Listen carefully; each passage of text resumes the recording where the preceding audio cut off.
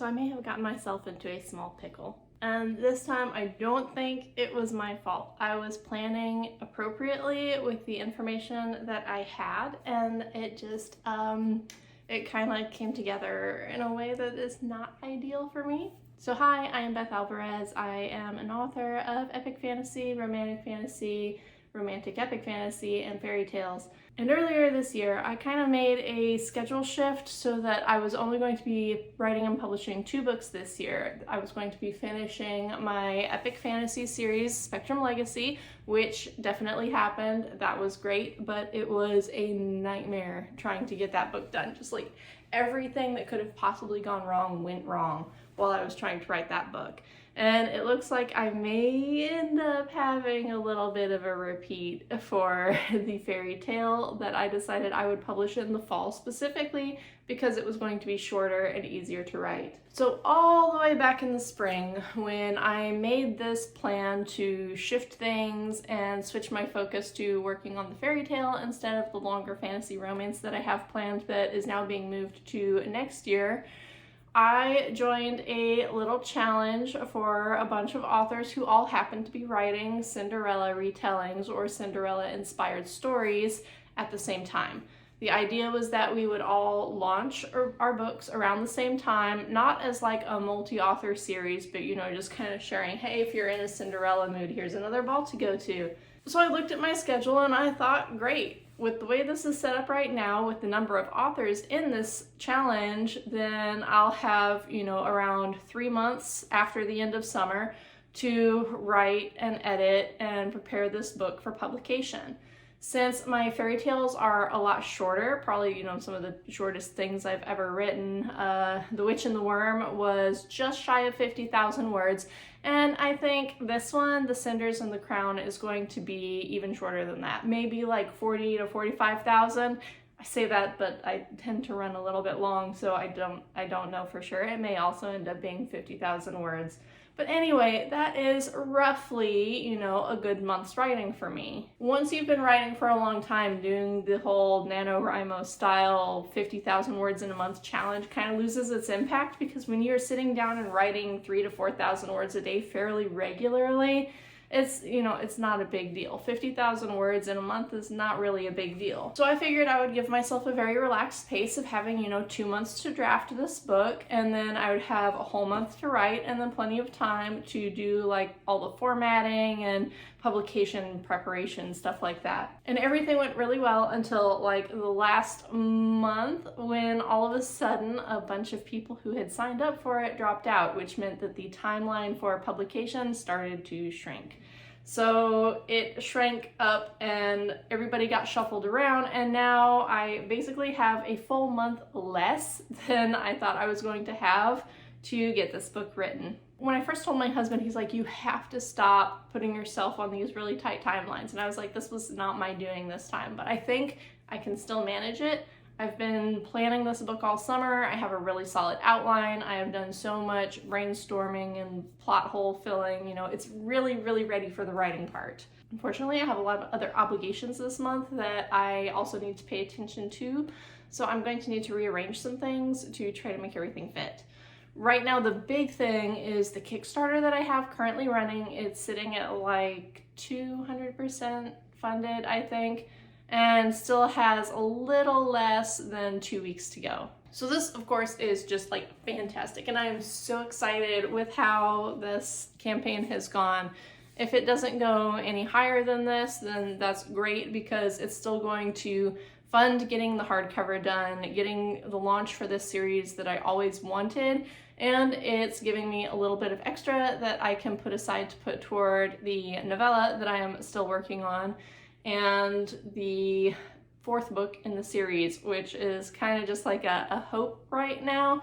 But the idea is that after I run the campaigns for all 3 books in the series, because you know it's book 1, 2, 3, and I was told that I would probably fund higher if I did all 3 at once, but I am not in a position to be able to do that much artwork. I'm doing all my own artwork for the campaign with a little bit of help from my sister. She's wonderful with colors and stuff, so she's handling the color and I'm doing all the line art. But I cannot do all the artwork necessary for book launches like this to do 3 books at once.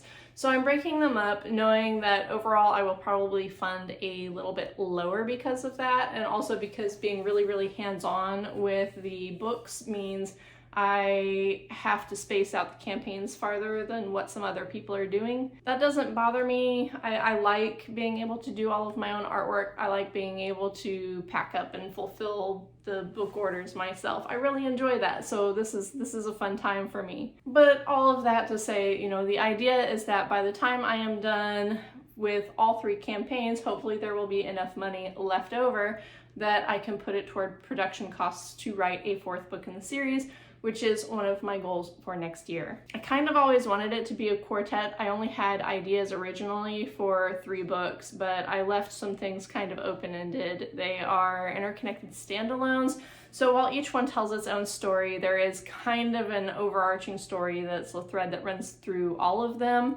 I never concluded that thread, so that was supposed to happen in the 4th book, which is not written yet. I think all that will work out favorably, but right now I'm kind of having to pull back and not really look ahead to all the books that I have planned for next year, because I have to figure out how to squeeze this Cinderella story in. There's also the novella for Artisan Magic, which I started writing, and it's still only like halfway done. I have 2 more chapters left to write for this novella, so I really need to get that done. And then I also have like all of my adult channel stuff going that I need to keep going. I have commissions on my table upstairs that I need to finish up, and then in the middle of it all, I am traveling this month for a party at my family's, and traveling next month for a book signing. It's just a lot to deal with, and so I'm doing my best to kind of set up my schedule for batching. I have batches of videos that I'm going to be doing today. I worked on filming some yesterday and like preparing things to be able to film today. Yesterday was Labor Day, so my family was home when we had guests over and I couldn't really do any work. But I did manage to get 1 video filmed, so I will have that kind of in the pipeline ready to edit for my doll channel. And then I'm getting ready to go upstairs to my studio space, and I am going to film another video, hopefully 2 videos today. And I guess I'm going to charge my laptop and see if I can do some writing in the car while I am waiting to pick up my daughter after school, because I just don't know how else I'm gonna fit it in. I don't know, sometimes it's just really hard to fit life in around all of this. A little bit of reassurance that I got came from sitting down and looking at my calendar, and I figured that if I spend this entire week batching my videos for this month, and that lets me finish a commission and prepare videos for every weekend for my doll channel, then that will leave me with, I think it was 15 writing days. So if I can sit down and write like 2,500 words a day, that will finish the book. And that'll be like the whole first draft, but that's also assuming that I don't get stuck.